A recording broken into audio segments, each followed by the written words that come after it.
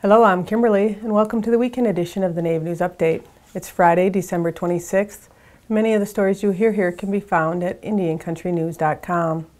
And here's the news for the day from the Associated Press and other Native news sources. 152 years ago, 38 Dakota were hanged in Mankato, Minnesota as punishment for claims U.S. authorities said they committed during the Dakota War. It remains the largest mass execution in U.S. history. On December 26, the 152nd anniversary of the killings, dozens of runners and horseback riders arrived at Reconciliation Park, the site of the tragedy, to remember those lives lost.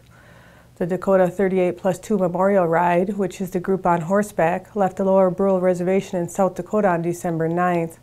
The journey has taken them more than 300 miles.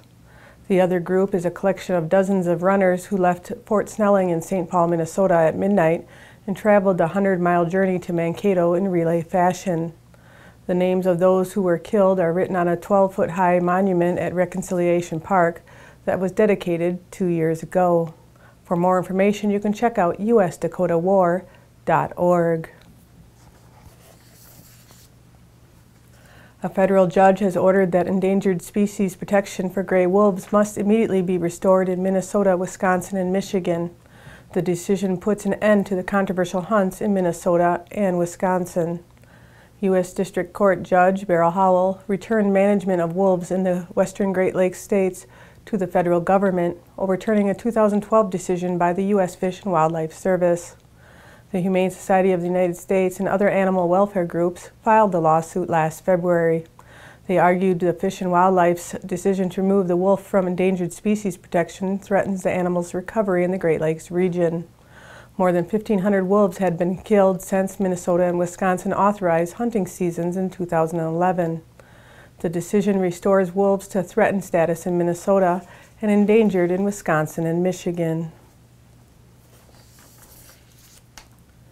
As editors of the Yale Indian Papers Project, Paul Grant-Costa and Tobias Glaza explore collections at museums, archives, libraries, and historical societies across New England and in the United Kingdom to uncover original records related to New England Native American history, law, religion, culture, migration, race, and sovereignty.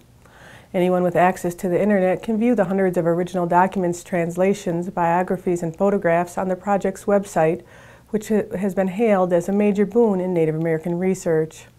The materials are already being used in classrooms across the country, in publications, and in tribal communities. Currently, the editors are working to create a new expanded research website while they continue to add new material to the existing online collection. For more information, you can check out library.yale.edu/YIPP. The author of a 238-year-old manuscript has been identified as a minister from the Mohegan tribe, a finding by Yale researchers that tribal members say provides insight into one of the most revered figures in their history. The document, dated December 24, 1776, gives the account of a deathbed confession from a young Mohegan woman who had returned home after some time away. The Day of New London reported that editors with the Yale Indian Papers Project concluded that the manuscript was written by Samson Occom, one of the first American Indians to be ordained as a Christian minister. The National Congress of American Indians have launched a crowd-funded Kickstarter campaign in December with the goal of raising $20,000 to produce a commercial to run during this year's Super Bowl. The campaign reached its goal with 348 backers pledging $22,286. The Super Bowl ad campaign builds on the wider efforts from NCAI, which along with Oneida Indian Nation launched to change the mascot campaign in 2013 against the name of Washington's football team, the Redskins.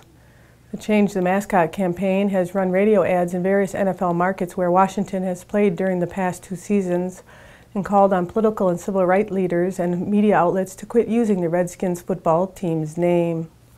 And that's another roundup of news from Indian Country on this edition of the Nave News Update. I'd like to thank you for joining me and have a grand day.